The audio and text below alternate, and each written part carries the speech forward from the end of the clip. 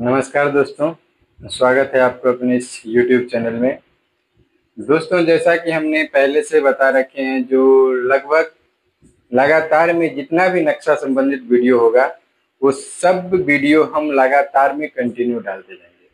तो दोस्तों, आज के टॉपिक में हम जानेंगे जो मुस्तकिल क्या है।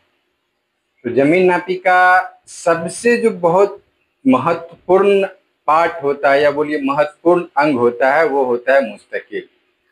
बिना मुस्तकिल के सहारे न तो आप जमीन नापी कर सकते हैं, कभी भी आप बिना मुस्तकिल फाइंड किए, बिना मुस्तकिल को पहचाने, बिना मुस्तकिल को बनाए आप जमीन नापी नहीं कर सकते हैं।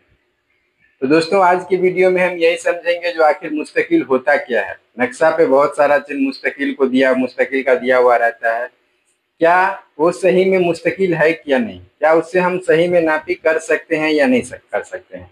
तो दोस्तों, इसी के बारे में आज हम विस्तृत चर्चा करेंगे। तो अगर आप लोग इस चैनल पे पहली बार हैं तो कृपया चैनल को सब्सक्राइब कर लीजिए और बेल आइकन जरूर दबा दीजिए ताकि इस चैनल पे जो भी वीडियो डाला जाए वो आप तक जल्द से जल्द पहुंच सके।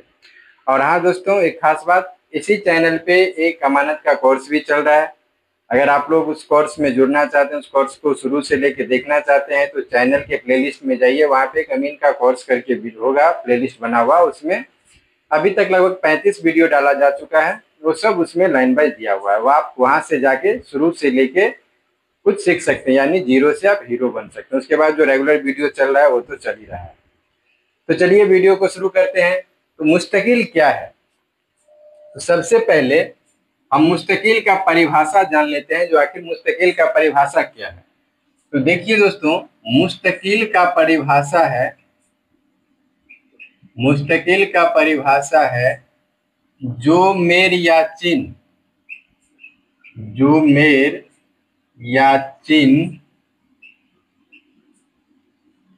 विगत सर्वे से लेकर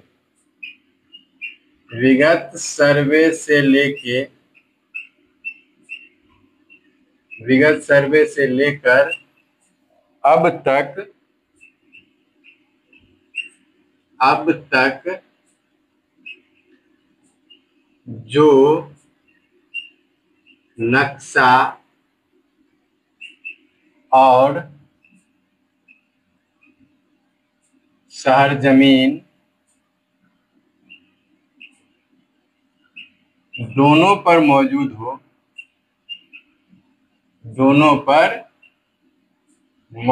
हो उसे हम मुस्तकिल कहते हैं। ठीक दोस्तों, वीडियो थोड़ा लंबा होगा, लेकिन क्या करें, हम वीडियो के साथ कोई जल्दीबाजी कर नहीं सकते हैं, उसे हम मुस्तकिल कहते हैं। तो आपको अगर प्रॉपर ढंग से समझना है तो पूरा प्रॉपर वीडियो देखना ही होगा, चाहे उसे हम मुस्तकिल कहते हैं। ठीक, तो दोस्तों, मुस्तकिल का परिभाषा हो गया जो मेर या चिन्ह विगत सर्वे से लेके अब तक जो नक्शा और सरजमीन दोनों पे मौजूद हो उसे हम मुस्तकिल कहते हैं। तो ये मुस्तकिल का परिभाषा हो गया, इसे आप लोग स्क्रीनशॉट लेके याद कर लीजिएगा। तो चलिए आप जानते हैं, जो नक्शा पे आप लोग देखते होंगे, देखिए इसको हम मिटा रहे हैं क्योंकि बोर्ड पे जगह थोड़ा छोटा होगा, इसको मिटा रहे हैं। आप लोग स्क्रीनशॉट लेना चाहते हैं तो ले लीजिए। तो परिभाषा तो समझ गए, जो मेर या चिन्ह विगत सर्वे से लेके अब तक जो नक्शा और सरजमीन दोनों पे मौजूद हो उसे हम मुस्तकिल कहते हैं। ठीक है, तो अब जानते हैं बारी बारी से जो कौन सा मुस्तकिल है अभी, और क्या उस मुस्तकिल से हम नापी कर सकते हैं कि नहीं। तो देखिए, सबसे पहला जो मुस्तकिल आता है वो होता है कुआं। कुआं तो सब लोग जानते हैं। कुआं दो प्रकार का होता है, एक होता है आपको कच्चा कुआं। ठीक, कच्चा कुआं देखते होंगे नक्शा पे इस तरह का बना हुआ रहता है। और दूसरा होता है, कुआं में दो प्रकार का कुआं होता है, और दूसरा होता है पक्का कुआं। एक पक्का कुआं में एक इस तरह से और उसके एक अंदर इस तरह से कुआं बना रहता है। तो मिला जुला के सब तो कुआं ही हुआ। अब समझने वाली बात है, जो कुआं से क्या हम नापी कर सकते हैं, क्या कुआं को हम मुस्तकिल मान सकते हैं।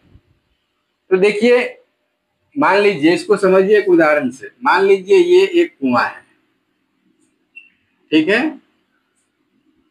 ये एक कुआं है, ठीक, ये नक्शा पे दिया हुआ कुआं है, जिसका व्यास जिसका व्यास जिसका व्यास नक्शा पर 40 करी है, ठीक।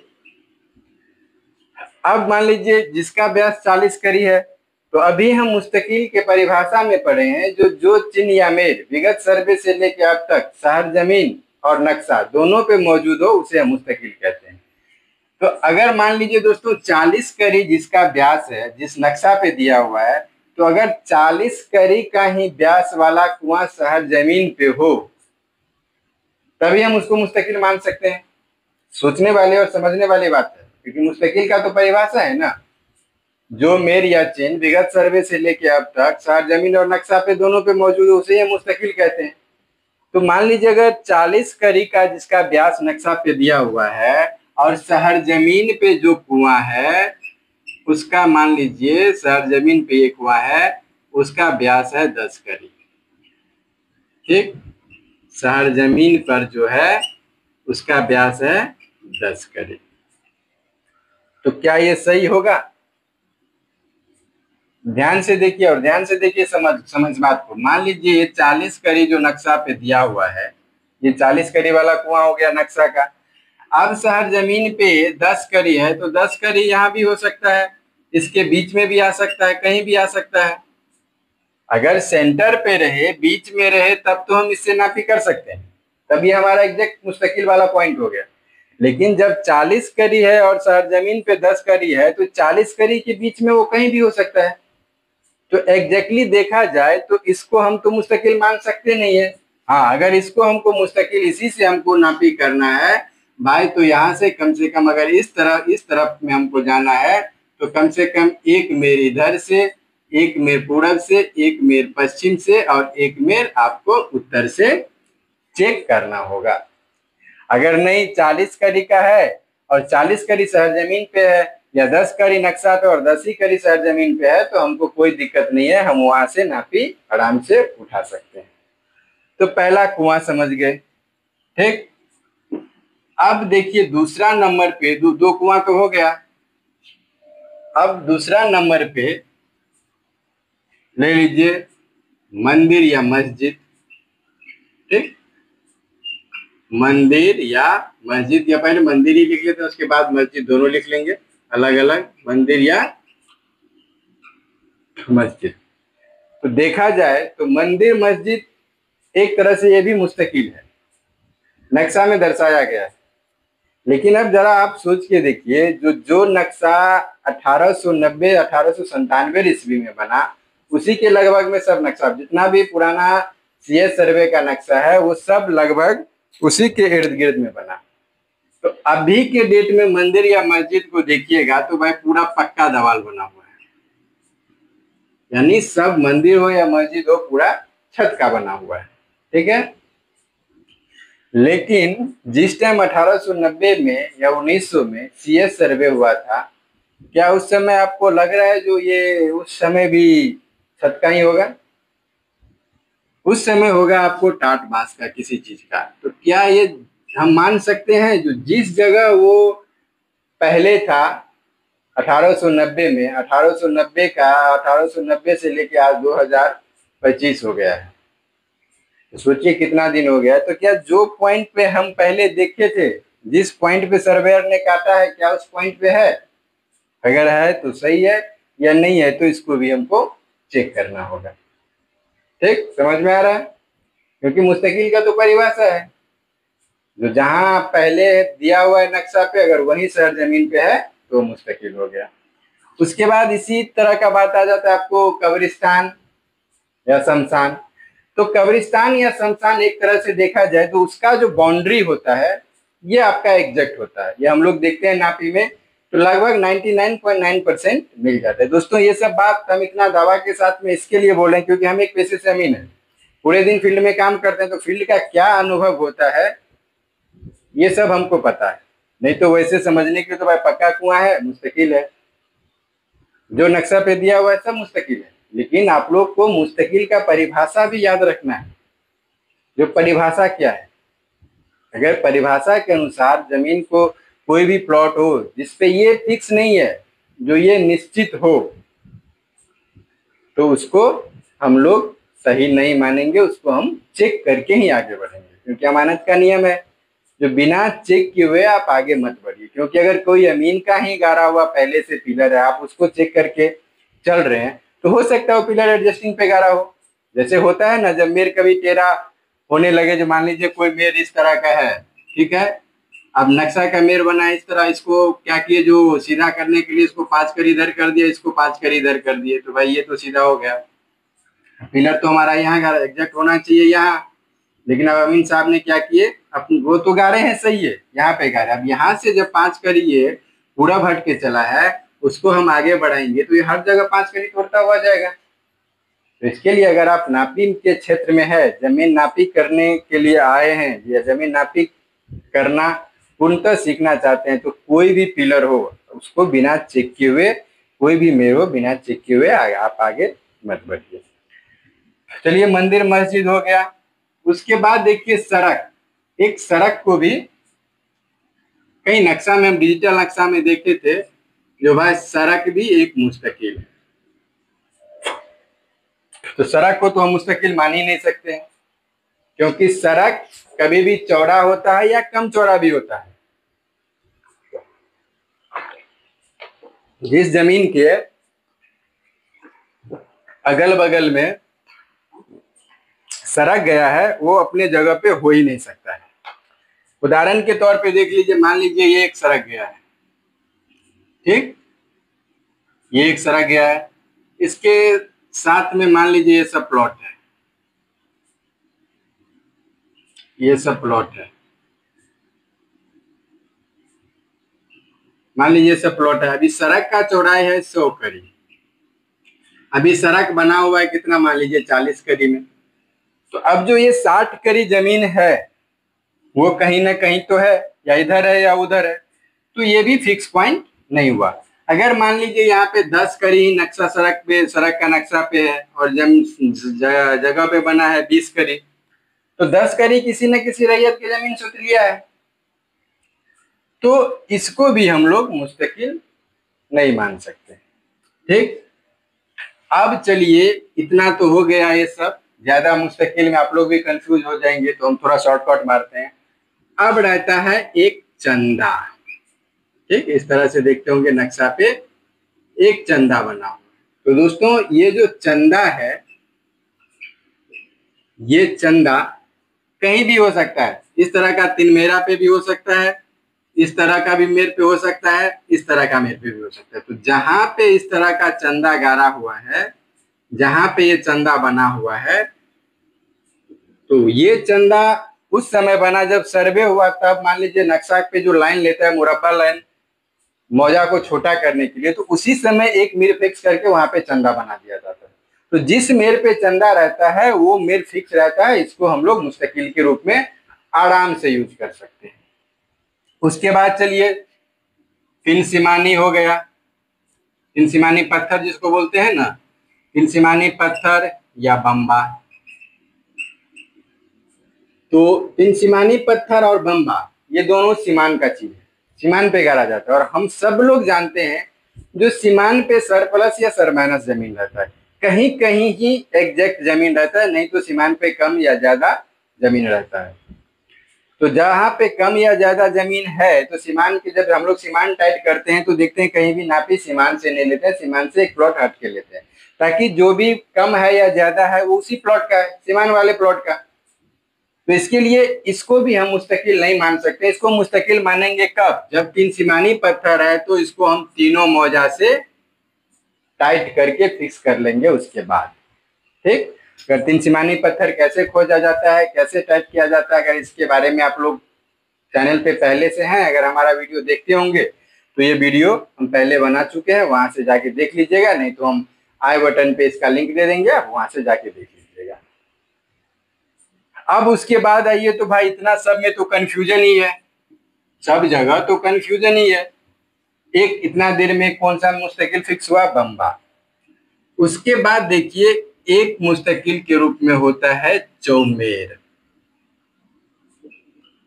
ठीक, तो दोस्तों अगर नक्शा और शहर जमीन दोनों पे चौमेर है, मान लीजिए ये इस तरह का चौमेर है, नक्शा पे भी बना हुआ है और यही शहर जमीन पे भी बना हुआ है, तो इससे बड़ा मुस्तकिल कोई नहीं हो सकता, क्योंकि इस मुस्तकिल को हटाने के लिए, चेंज करने के लिए आपको एक नहीं, दो नहीं, तीन नहीं, चारों मेर को हटना पड़ता है। चारों मेर आगे पीछे होता है, जो कि असंभव सी बात है। इसके लिए हम लोग चौमेर को फिक्स मुस्तकिल मानते हैं। ठीक, उसके बाद ले लीजिए, मान लीजिए एक तिरमेरा हो गया। ठीक, इस तरह का कोई मेर है। अब इससे हमको दक्षिण की तरफ आगे बढ़ना है, तो यहाँ से भी हम नापी कर सकते हैं, लेकिन शर्त क्या हुआ? जो भाई पूरब से भी दूरी पूरा होना चाहिए, पश्चिम से भी दूरी पूरा होना चाहिए। अगर हम दक्षिण की तरफ में चल रहे हैं तो उत्तर से भी दूरी पूरा होना चाहिए। ठीक, उसके बाद मान लीजिए कहीं पे स्कूल, उसके बाद और चलिए मुस्तकिल से बहुत सारा नक्शा पे दिया हुआ रहता है। उसके बाद मान लीजिए स्कूल या हॉस्पिटल, तो देखिए स्कूल का भी जमीन सरकारी जमीन हो गया, जिस सरकार का स्कूल है, जिस राज्य से, उस राज्य के अंतर्गत हो गया। तो भाई यहाँ पे भी जो इनके अगल बगल में रैयत होगा, रेयर केस में ही जहाँ पे पब्लिक जागरूक रहता है वहां पे ही नापी करके उसको एक्वायर किया जाता है। लेकिन वहां भी अमीन लोग क्या करते हैं, भाई सरकारी जमीन है तो इसको दो चार कड़ी छोड़ के ही चलो, जो बाद में कोई दिक्कत ना आए। तो मिला जुला के दोस्तों कहने का मतलब ये हुआ, जो मुस्तकिल मेनली नक्शा पे अगर देखा जाए, शहर जमीन पे देखा जाए, तो हम लोग ने पहचाना जो क्या हुआ, एक मंदिर हो गया, मस्जिद हो गया। लेकिन उसका भी शर्त वही है जो आप कहीं से भी दो जगह तीन जगह से चेक कर लीजिए। मंदिर हुआ, मस्जिद हुआ, कब्रिस्तान हुआ, कब्रिस्तान का बाउंड्री लाइन हो गया, शमशान का बाउंड्री लाइन हो गया। उसके बाद चौमेरा, सहमेरा, चंदा, ये सब मुस्तकिल की गिनती में आता है, लेकिन इससे सबसे टाइट मुस्तकिल होता है चौमेर। और कब्रिस्तान का बाउंड्री लाइन हो या उसके बाद क्या बोलते हैं, शमशान का बाउंड्री लाइन। उसके बाद देखिए कहीं कहीं मंदिर होता है, तो मंदिर में खेसरा, ये इस तरह का खेसरा, मान लीजिए इस तरह का खेसरा है, इस तरह का खेसरा है, तो नक्शा में देखते होइएगा जो भाई मंदिर इस तरह से बना हुआ है, तो इसका ये पॉइंट जो होता है ना, ये भी फिक्स होता है। लेकिन बात यहाँ पे भी वही है दोस्तों, जो ये जब नक्शा इस तरह का जो बीच में बनाया गया था, ये कोई मंदिर है या जो भी है, तो ये बना 1890 में, या नया नक्शा में दिया है, आरएस सर्वे के नक्शा में दिया है तो 1970 में। तो क्या ये संभव है जो अभी जो छत का बना हुआ है, और उस टाइम तो बना होगा बांस, उसका लकड़ी उकड़ी का, तो ये क्या 100% आप भरोसा के साथ में कह सकते हैं जो जहां पे पहले बना हुआ था वहीं पे बना है? हो सकता है दो चार कड़ी आगे पीछे भी हो सकता है, और अमानत संभावना की चीज नहीं है। हो सकता है वाली बात अमानत में चलता ही नहीं है, जो है वो कन्फर्म है, क्योंकि उसी कन्फर्म के आधार पे आप आगे का मेयर बना रहे हैं, जिसपे कोई व्यक्ति आपको भरोसा करके घर बनाएगा, कुछ बनाएगा। अगर बाद में जब वही मुस्तकिल या उन्हीं के घर पे कोई दिक्कत आता है तो ये बहुत बड़ा प्रॉब्लम होता है। इसके लिए जमीन जब भी नापी कीजिए तब शांति दिमाग से, आराम से, सोच समझ के, टाइम जो लगे लेकिन नापी आपका एग्जैक्ट होना चाहिए। शुरुआत में लगेगा जो भाई ये टाइम ज्यादा ले रहा है, लेकिन जब वही नापी एक आध अमीन, दो अमीन, चार अमीन आके काउंटर करेगा, अगर आपका मेर नहीं हिलेगा तो आपका बहुत बड़ा नाम होगा। ठीक, इसके लिए मुस्तकिल को देखिए, समझिए। जो भी हम वीडियो पे बता रहे हैं ये सब किताबी भाषा नहीं है, क्योंकि हम आप लोग को सबको पता है जो हम पेशे से अमीन है, फील्ड में काम करते हैं, तो वहां पे जो जितना भी फील्ड का अनुभव होता है वही हम आप लोग के साथ में शेयर करते हैं, ताकि आप लोग को भी भविष्य में इस तरह का कोई परेशानी का सामना ना करना पड़े। जो हो मुस्तकिल बनाओ, सोच समझ के बनाओ, सब कुछ करके बनाओ, क्योंकि अमीन का मतलब ही होता है ईमानदारी। कोई व्यक्ति आपको भरोसे पे, जब उसको खुद से ज्यादा भरोसा होता है जो ये अमीन साहब हमारा काम सही करके देता है, तभी आपको बुलाते हैं काम करने के लिए।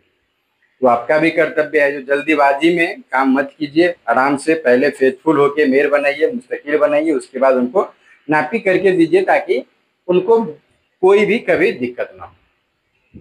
ठीक। एक और बात दोस्तों हम आपको बता रहे हैं, जो देखिए हम तो सीखे हुए हैं अपने दादाजी से, तो उनका कहना था जो जमीन नापी में अगर जिनसे ज्यादा दोस्ती हो ना, उनको एक कड़ी जमीन कम दे दो, और जिनसे ज्यादा दुश्मनी हो उनको एक कड़ी ज्यादा दे दो।